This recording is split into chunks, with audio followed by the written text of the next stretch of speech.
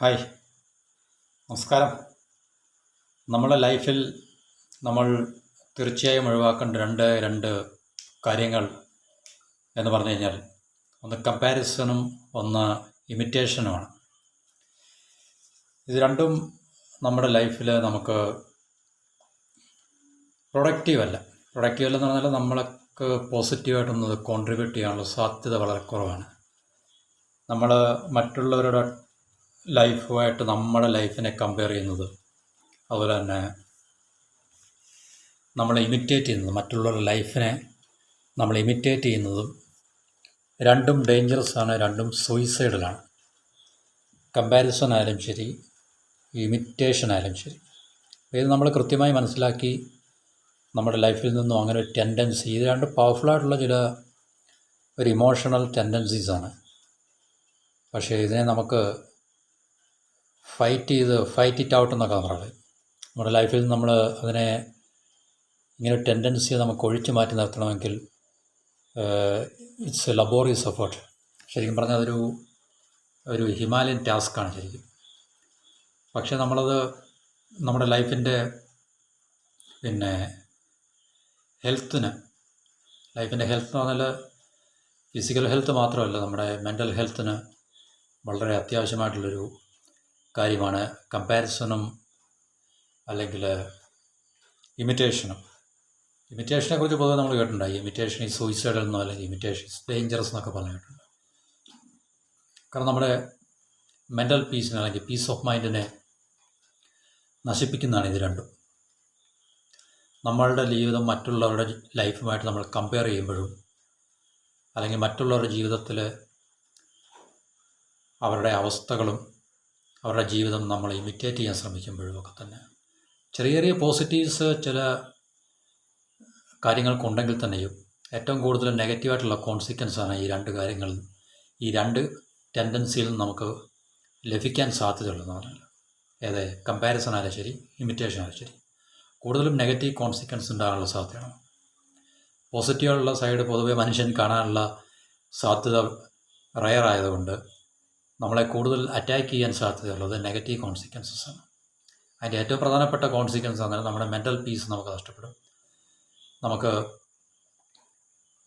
Happiness അല്ലെങ്കിൽ enjoyment നമുക്ക് സ്വയം കണ്ടെത്താനുള്ള സാധ്യത അല്ലെങ്കിൽ ആ ഒരു കഴിവ് നമുക്ക് നഷ്ടപ്പെടും. കാരണം എപ്പോഴും നമ്മൾ മറ്റുള്ളവരെക്കുറിച്ച് ഓർത്ത് കൺസേൺഡ് ആയിരിക്കും.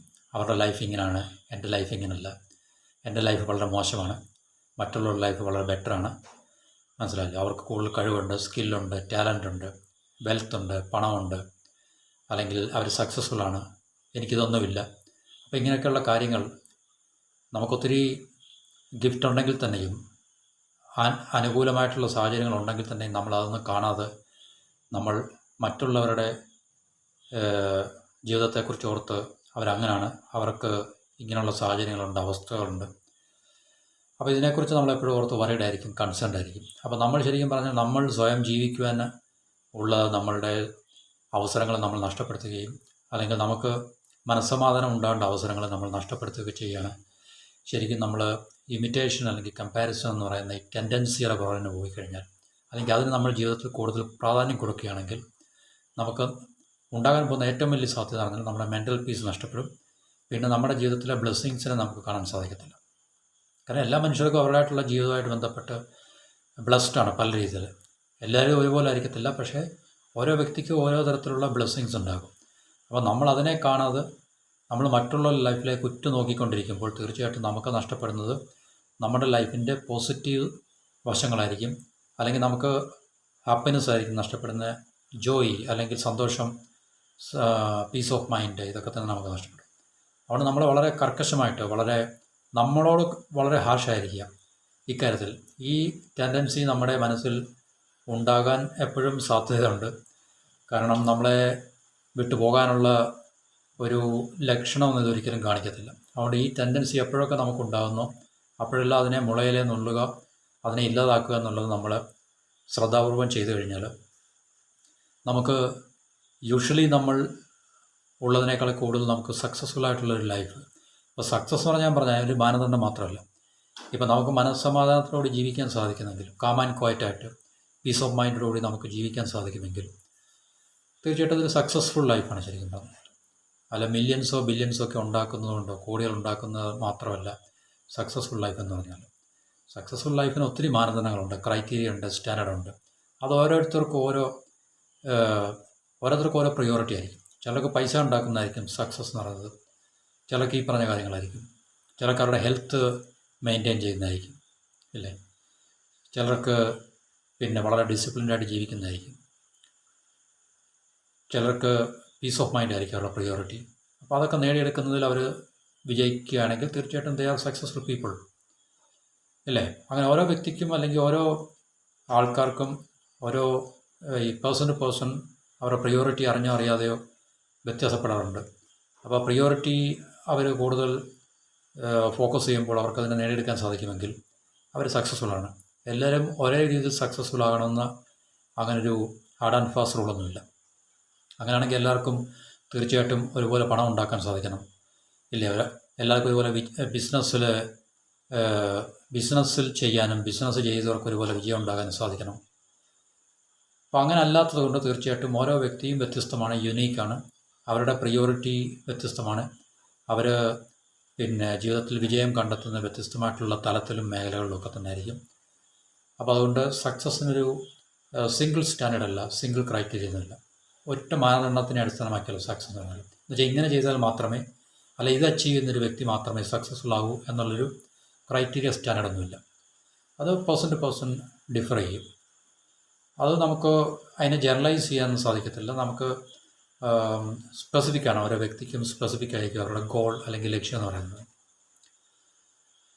അപ്പോൾ നമ്മൾ ചെയ്യേണ്ടത് ഒരു വ്യക്തി നിലയിൽ നമുക്ക് ലഭ്യമായിട്ടുള്ള സാഹചര്യങ്ങളും നമുക്ക് ലഭ്യമായിട്ടുള്ള അവസ്ഥകളും നമുക്ക് ലഭ്യമായിട്ടുള്ള കഴിവുകളും അതിനെ നമ്മൾ പരമാവധി അതിലെ ഫോക്കസ് ചെയ്ത് അതിനെക്കുറിച്ച് നമ്മൾ അവെയർ ആയിട്ടുണ്ട്, നമ്മൾ അതിനെ പരമാവധി നമ്മുടെ ലൈഫിനെ ബെറ്റർ ആക്കാൻ വേണ്ടി ഉപയോഗപ്പെടുത്തുക എന്നുള്ളതാണ്.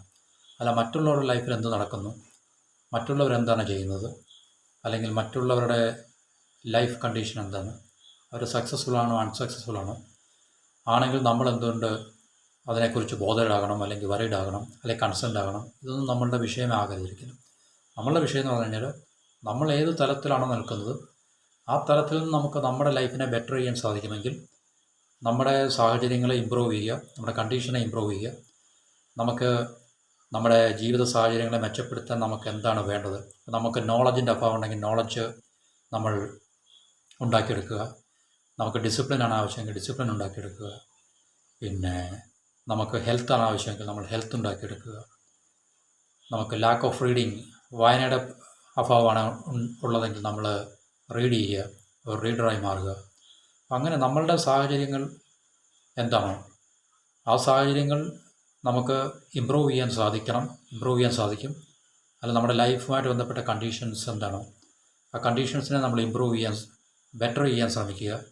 നമുക്ക് ലഭ്യമായിട്ടുള്ള നമ്മുടെ അവസരങ്ങൾ, ഓപ്പർച്യൂണിറ്റീസ്, നമുക്ക് ലഭ്യമായിട്ടുള്ള നമ്മളുടെ സ്കില്ല്, ടാലൻസ്, ഇതെല്ലാം നമ്മൾ പരമാവധി പ്രയോജനപ്പെടുത്തി നമ്മുടെ ലൈഫിനെ അപ്ലിഫ്റ്റ് ചെയ്യാനും എലിവേറ്റ് ചെയ്യാനും അല്ലെങ്കിൽ ഇമ്പ്രൂവ് ചെയ്യാനും പ്രോഗ്രസ് ചെയ്യാനും നമ്മൾ ശ്രമിക്കുക.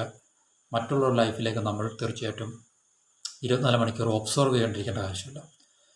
അത് നമ്മൾ കമ്പാരിസണും ഇമിറ്റേഷനും എന്നുള്ള ടെൻഡൻസി നമ്മുടെ ഉള്ളിൽ ഉണ്ടാകുമ്പോഴാണ് നമുക്കങ്ങനെ ഒരു പ്രചോദനം അല്ലെങ്കിൽ ഒരു പ്രലോഭനം, പ്രകോപനം ഒക്കെ നമുക്കുണ്ടാകുന്നത്.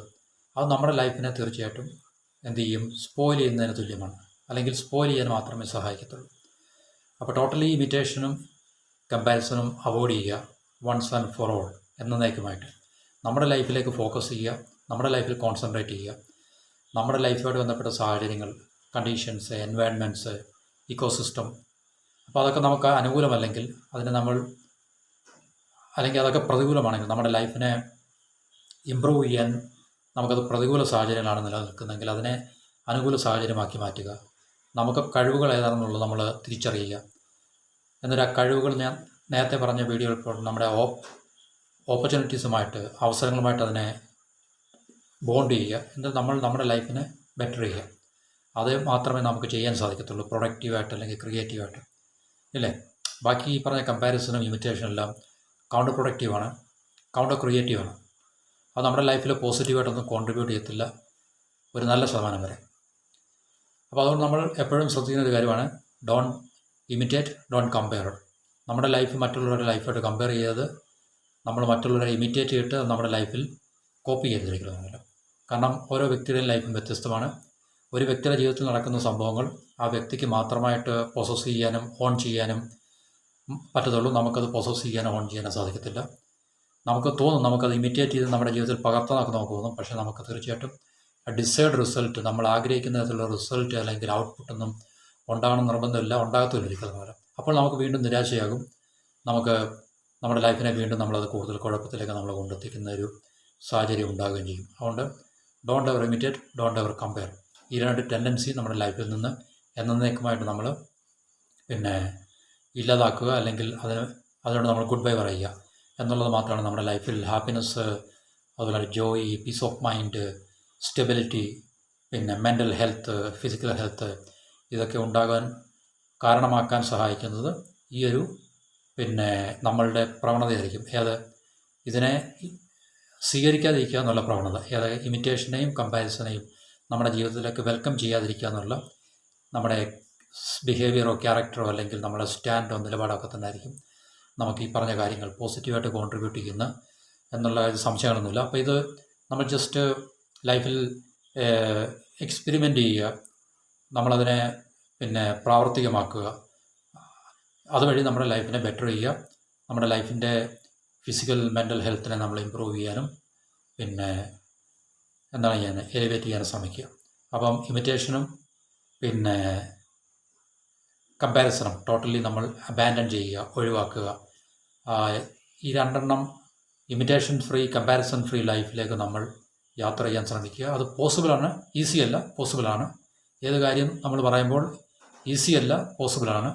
ഈസിയല്ല എന്ന് പറയാൻ കാരണം നമ്മൾ ഇത്രയും നാളും സഞ്ചരിച്ച വഴികളിൽ കൂടി നമ്മൾ ആർജിച്ചിട്ടുള്ള നമ്മുടെ ബിഹേവിയർ എന്നൊക്കെ പറഞ്ഞാൽ നമ്മളെ പുറമോട്ട് പിൻവലിക്കുന്നതാണ്. അതുകൊണ്ട് ഈസിയല്ല, പോസിബിളാണ്.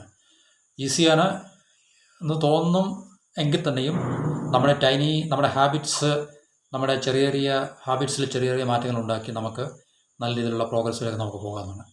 അതുകൊണ്ട് ഈ രണ്ട് സീസണെ ടോട്ടലായിട്ട് അബാൻഡൻ ചെയ്യുക, ഗെറ്റ് റിഡ് ഓഫ് ചെയ്യുക, എന്നിട്ട് നമ്മുടെ മെൻ്റൽ പീസിനെ എൻഷുർ ചെയ്യുക, മെൻ്റൽ ഹെൽത്തിനെ നമ്മൾ എൻഷുർ ചെയ്യുക. That's all. മറ്റൊരു ടോപ്പിക്കുമായിട്ട് അടുത്ത വീഡിയോയിൽ കാണാം. എല്ലാവർക്കും നന്ദി, നമസ്കാരം. Have A wonderful day.